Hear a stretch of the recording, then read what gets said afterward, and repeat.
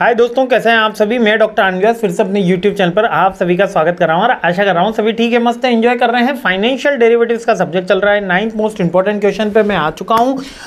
जल्दी से देख लेते हैं 9th क्वेश्चन क्या है। हेजिंग विद इंडेक्स ऑप्शन का क्वेश्चन आ रहा है, यानी कि हेजिंग को बताइए इंडेक्स ऑप्शन के साथ। यानी इंडेक्स ऑप्शन यानी सेंसेक्स निफ्टी के अंदर इंडेक्स ऑप्शन किसी ने बाय कर लिया है कॉल और पुट का, उसमें हेजिंग की क्या स्ट्रेटेजीज हो सकती है, कैसे किया जा सकता है, बेसिक यही क्वेश्चन है। तो मार्केट फ्लक्चुएशन को आप वैसे तो कह जा सकता है कि जो हेजिंग है ये ऑप्शन मार्केट इंडेक्स के साथ तो नहीं करनी चाहिए। क्यों? क्योंकि इंडेक्स एक वैसे तो खुद के अपने में ही काफ़ी एक सिक्योर्ड ऑप्शन होता है यदि हम डिलीवरी पे इसको बाय कर रहे हैं, लेकिन ऑप्शन ट्रेड में तो सारी चीज़ें स्पेकुलेशन में, इसलिए इसमें हेजिंग एक इंपॉर्टेंट रोल प्ले करती है। ठीक है, तो एफिशिएंटली अब क्यों ज़रूरी होती है? क्योंकि हेजिंग क्या है, बेसिकली हम एक रिवर्स ऑप्शन बाय करते हैं जिससे हमारी करंट इन्वेस्टमेंट की रिस्क जो होती है वो कम हो जाती है। तो एफिशिएंट पोर्टफोलियो प्रोटेक्शन हो जाता है हमारा, ट्रांजैक्शन जो कॉस्ट होती है वो रिड्यूस हो जाती है, फ्लेक्सिबिलिटी अवेलेबल कराती है हमको, ज़्यादा लीवरेज अवेलेबल हो जाता है, ज़्यादा फ्लेक्सिबिलिटी अवेलेबल हो जाती है। अब करना कैसे रहेगा? Imagine you have a portfolio heavily invested in the Indian equity. जो पोर्टफोलियो और आपने हैवीली इन्वेस्ट कर रखा है, यानी कि 60-70% अपना इक्विटी के अंदर कर रखा है। अब चूज द राइट ऑप्शन। कौन सा ऑप्शन आपको चूज करना है? Select the index option based on your index portfolio like Nifty 50 option, Nifty 50 based option.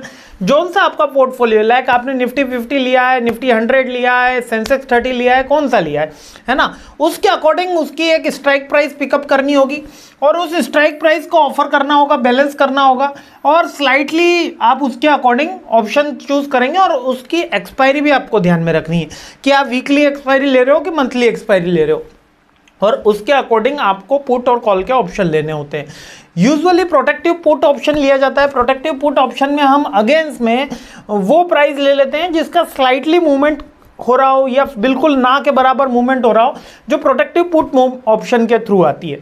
Collar strategy क्या कह रही होती है? ये कह रही होती है buying a put option and selling a call option, यानी कि पुट ऑप्शन को बाय करना है और सेल ऑप्शन को कॉल ऑप्शन को सेल करना है। इससे क्या होगा कि कॉलर स्ट्रेटजी दोनों तरफ से आपने उसको घेर लिया है। It's create definite range portfolio profit and loss on your, एक पोटेंशियल पोर्टफोलियो का प्रॉफिट एंड लॉस की रेंज मिल जाएगी। अगर मैंने एक का कॉल ऑप्शन और एक का बाय ऑप्शन ले लिया है ना, दोनों तरफ से अगर उसको कर लिया, जैसे कि ये क्या कह रहा है, कॉलर ऑप्शन क्या कहता है, ये कह रहा है सेल कॉल ऑप्शन को सेल कर दो और पुट ऑप्शन को बाय कर लो, तो एक रेंज हो जाएगी जिसमें आपका प्रॉफिट एंड लॉस जाएगा। Cash secured puts. This strategy involves selling put option while holding cash reserve to potentially buy the underlying index. ये वैसे cash secured plus usually retailer नहीं कर पाता। क्यों? क्योंकि भाव जब गिर रहा होता है ना, तो रिटेलर इतना वो हैबिचुअल नहीं हो पाता कि वो और खरीद पाए, है ना। ये म्यूचुअल फंड वाले कर सकते हैं। जैसे कि 10 की भाव 7 हुआ तो म्यूचुअल फंड फिर 7 पे बाय करेगा, रिटेलर भी बाय करेगा, लेकिन 7 के बाद जब भाव 5 पे गया तो वहाँ पे रिटेलर बाय नहीं कर पाता, वहाँ पे म्यूचुअल फंड बाय कर पाता है। तो वहाँ से जब प्राइस वापस हाइक जाती है तो म्यूचुअल फंड वाले जो FIIs हैं, जो बड़े इन्वेस्टर हैं, वो पैसा बना लेते हैं, लेकिन वहाँ पे रिटेल इन्वेस्टर नहीं बना पाता।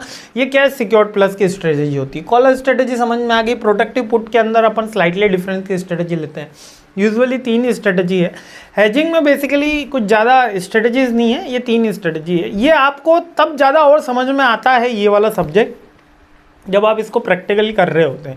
अगर प्रैक्टिकली कर रहे हो ना, तो कल का पेपर ब्रेड एंड बटर होने वाला है। कॉल पुट के ऑप्शन पूछेगा, हेजिंग पूछेगा, इंडेक्स फंड पूछेगा, यही सारे के ऑप्शन पूछेगा। तो कंसिडरेशन अपन को क्या लेना है कि एक तो ऑप्शन की अपनी कॉस्ट कितनी लग रही है, प्रीमियम कितना जा रहा है। इम्परफेक्ट हैज नहीं करना, आधा अधूरा हैज नहीं करना, यानी 30% लॉस के लिए अपन ने कर लिया हैजिंग, ऐसा नहीं करना। पूरा पोर्टफोलियो का एनालिसिस करके हैजिंग करनी है और एक्टिव मैनेजमेंट करना है। लगाए और भूल गए ऐसा नहीं कि कल ही देखेंगे एक्सपायरी हो रहा है कि नहीं हो रहा है ना, अपन को ध्यान रखना है। कंक्लूजन क्या है? Hedging with index fund can be powerful tool for mitigate down side risk of your equity portfolio. अब देखना क्वेश्चन यदि हेजिंग का इंडेक्स फंड के साथ आ जाए, फॉरवर्ड मार्केट के साथ, फ्यूचर मार्केट के साथ आ जाए, कमोडिटी मार्केट के साथ आ जाए, आंसर लगभग यही रहने वाला है। इसलिए ये आंसर याद कर लेना। ठीक है, क्लियर हो गया। तो स्ट्रेटेजीज तो मैंने 3 बता दी, प्रोटेक्टिव, कॉलर और वो कैश वाली। ठीक है, कैश वाली यूजुअली आपको उसका डीमेरिट भी बता दिया। आगे बढ़ते हैं, सीरीज आगे बढ़ाते हैं। जय हिंद।